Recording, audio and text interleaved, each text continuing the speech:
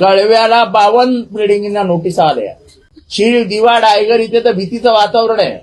आणि याच्यामध्ये सर्वात मोठं काय आहे तर काही जण मुद्दामून जातात बिल्डिंग मध्ये. आज तुम्हारी बिल्डिंग टूटने वाली है, रस्ते पे आ जाओ. आज तुम्हारी बिल्डिंग टूटने वाली है, रस्ते पे आ जाओ. आज तुम्हारी टूटने वाली है, रस्ते पर जाओ. ते तिथली गरीब माणसं नोकरी धंदा सोडून दररोज रस्त्यावर येतात. महानगरपालिकेचे अधिकारी दररोज 9 वाजता तिथे पोहोचतात. एकाही बिल्डिंगवर कारवाई होत नाही. पोलीस पोहोचतात. हे काय नाटक चालू आहे? याच्यात सरकारला भूमिका घ्यावी लागेल. जे अनधिकृत इमारती आहेत त्या इमारती तुम्ही बेकार करणार आहात का लोकांना? तुम्हाला न्यायालयासमोर जाऊन भूमिका मांडावी लागेल. कळव्यामध्ये काल 52 इमारतींना नोटिसा देण्याची तयारी सुरू झालेली आहे. 52 इमारतींना नोटिसा देऊन जर तुम्ही पाडण्याच्या प्रक्रियेला सुरुवात करणार असेल तर कळव्यामधली 52 लोक जाणार कुठे?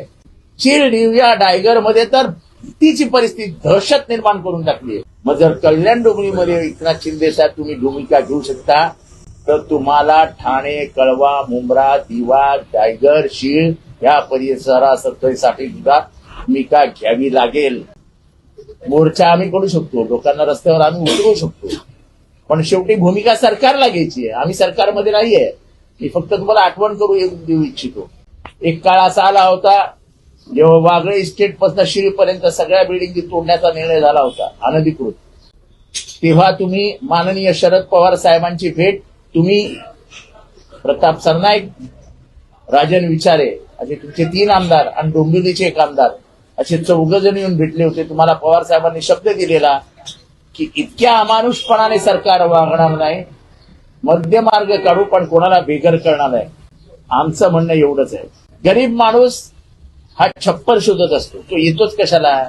पोटासाठी, आपल्या चिल्ल्या पिल्ल्यांसाठी, आपल्या पत्नीसाठी तो घर शोधतो. ते घर शोधत असताना त्याला बिचारायला काय माहिती असते सगळं लिगल आहे, इलिगल आहे, काय कसं आहे. तो घर घेतो आणि आज त्याला जेव्हा तुम्ही बेघर कराल, हा बांधणारा बिल्डर कोण? त्याच्यावरती काय कारवाई होणार? ते अधिकारी जे तिथे होते त्यांच्यावरती काय कारवाई होणार? वर गरिबांना घराच्या बाहेर काढणं आणि नंतर इमारती तोडणं हे काही योग्य नाही. याला आमचा विरोध असेल आणि याच्यानंतर आम्ही हा विरोध अजून जोरात करू.